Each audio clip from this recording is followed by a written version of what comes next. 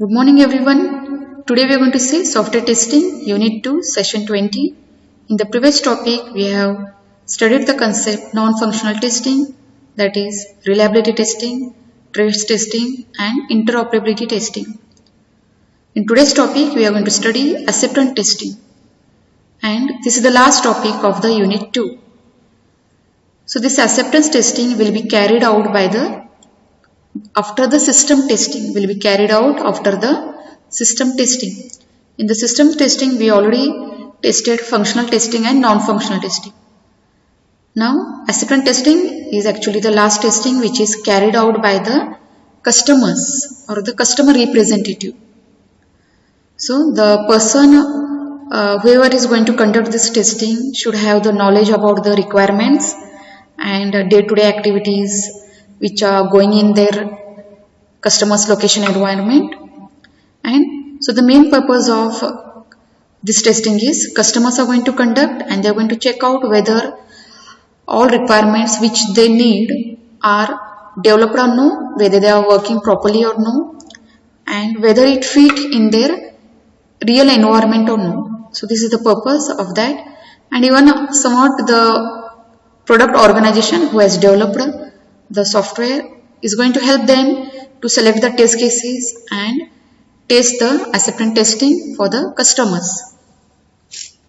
Acceptance testing is the phase after the system testing done by customers or representatives of customers to check whether the product is ready for use in the real life environment.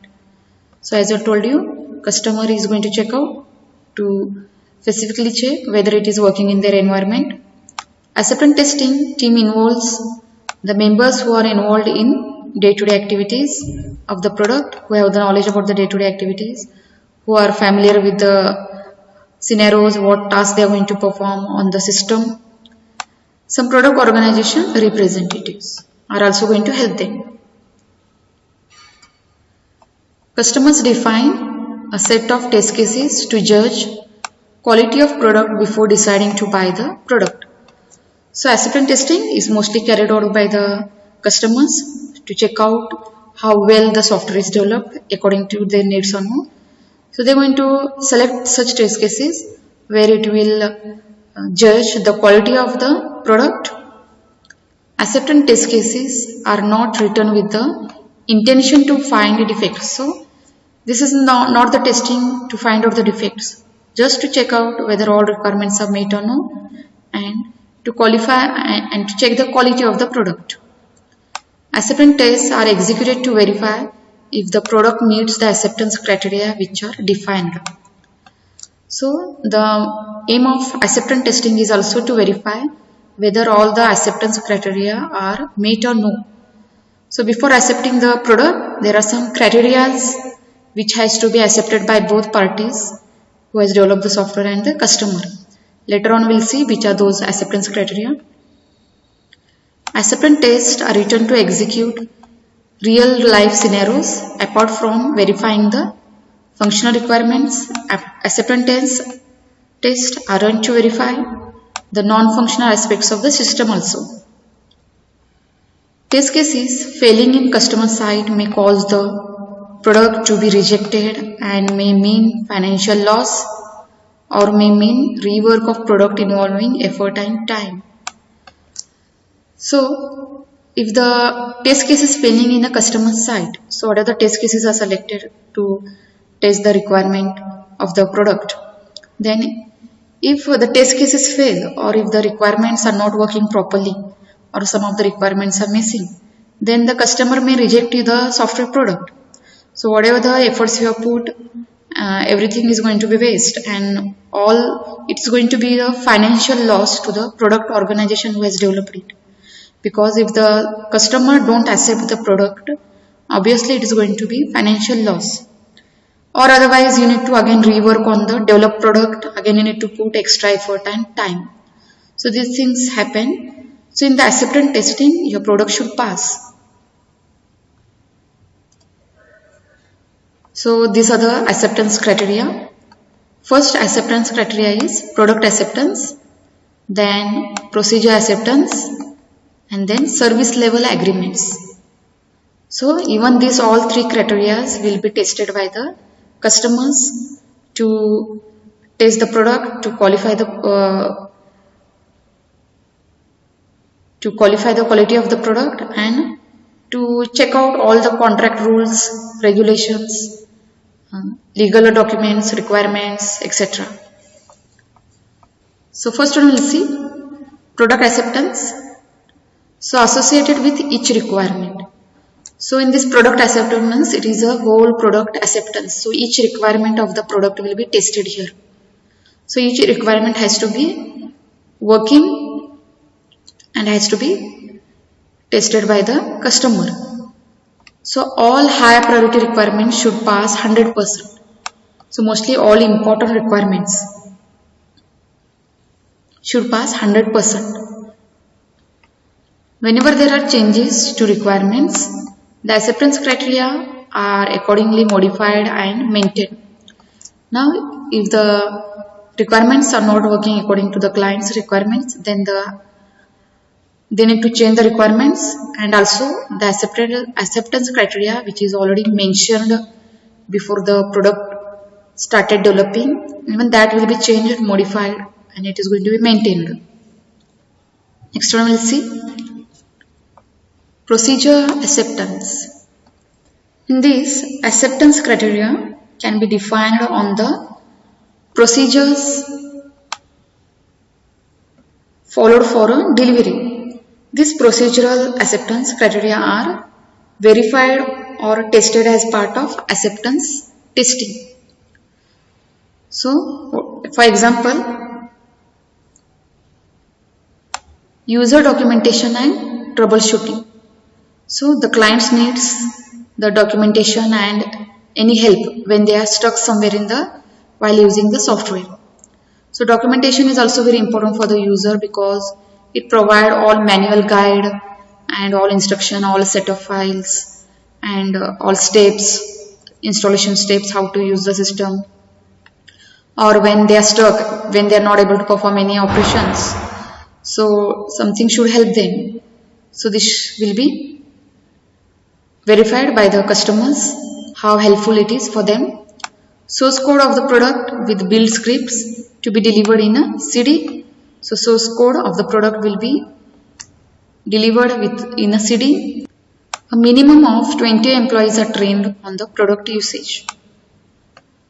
So before accepting the product from the product organization, so the product organization people have to at least train the 20 employees of the customers on how to use the product. So these are the rules and regulations regarding the procedure which is written at the beginning of the product development. Next we have service level agreements. Service level agreements are part of a contract signed by the customer and product organization. So this is the contract which is signed by the customer and product organization before the beginning of the product development.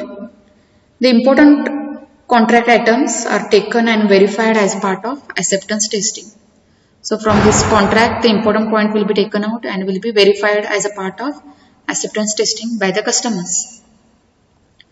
So for example, see all major defects that come up during first 3 months of deployment need to be fixed free of cost.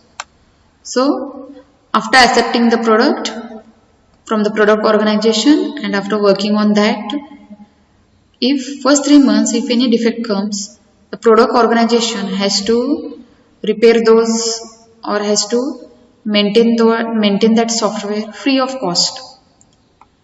Downtime of the implemented system should be less than 0.1%. So the response from the system should be not less than 0.1 system. Next, all major defects are to be fixed within 48 hours of reporting. So whenever the customers report any defects within 48 hours of reporting, the product organization people have to fix those issues within 48 hours. Next we'll see selecting test cases for acceptance criteria. So these are the test cases which are selected especially to test acceptance criteria. So first point is end-to-end functionality verification. So end-to-end functionality means every requirement of the software product is verified, whether it works properly or no. So test cases that include end-to-end functionality of the product are taken up for acceptance testing. So this ensures that all the business transactions are tested as a whole system, and those all requirements are completely working successfully. Next we have domain test. So in which domain knowledge the product is based. So based on the domain knowledge, some test cases will be selected to test the product. Since acceptance testing focus on business scenarios, real-time business scenarios, the product domain tests are included. Test cases that reflect business domain knowledge are included here. Next we have user scenario test. Acceptance testing reflect the real-life user scenario verification. Test cases that test user scenarios are tested. For example, like login functionality or withdrawal, deposit, balance inquiry, and so on. Next, sanity test. Tests that verify the existing behavior of a product. So, the products whose basic functionality we already know and it is already tested, and whenever you make the changes should not affect on this existing behavior of a product. To test that, this test will be performed. And this test ensures that the system performs the basic operations that were intended to do. Next we have new functionality. When the product undergoes modifications or changes, the acceptance test cases focuses on verifying these new changes or these new features. So whenever any functionality is changed in that existing behavior of product, once more that functionality will be tested.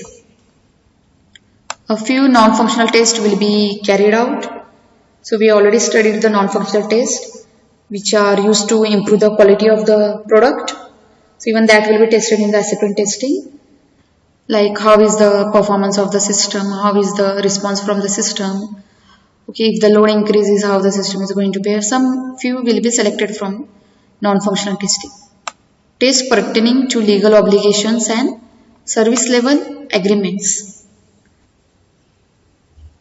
Tests that are written to check if the product completes with certain legal obligations and service level agreements which are included in that contract, that will be tested here, whether whatever is written in the contract, whether it is according to that and it is working according to that, and so on.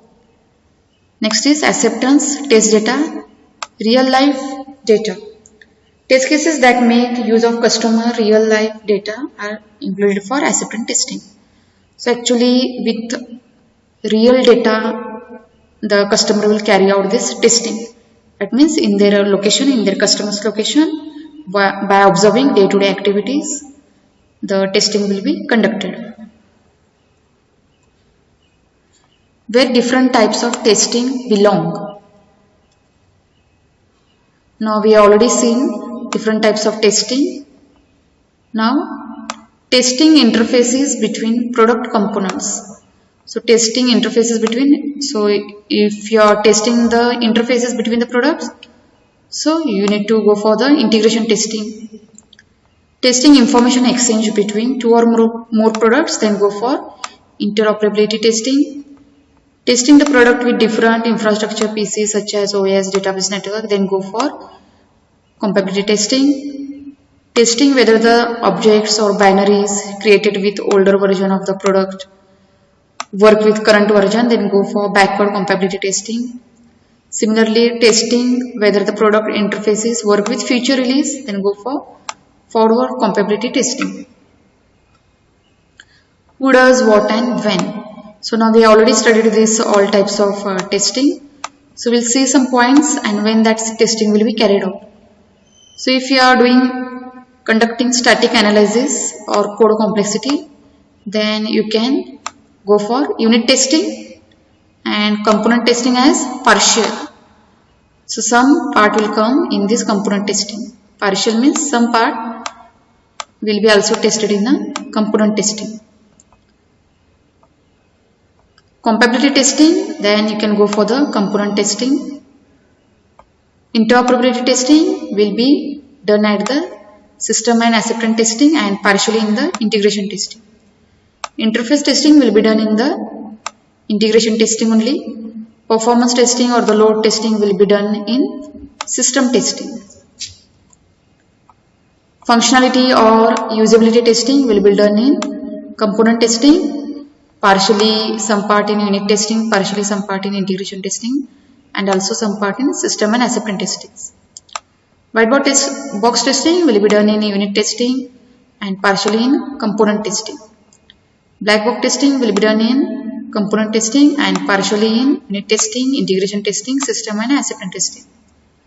Scenario testing will be done in the integration testing and some partially in system and acceptance testing. Acceptance testing will be carried out at system and acceptance testing only at the end. Regression testing will be carried out in component testing as well as in system and acceptance testing. Defect batch will be carried out in integration testing. So here we have seen last topic of the unit 2 acceptance testing. Thank you.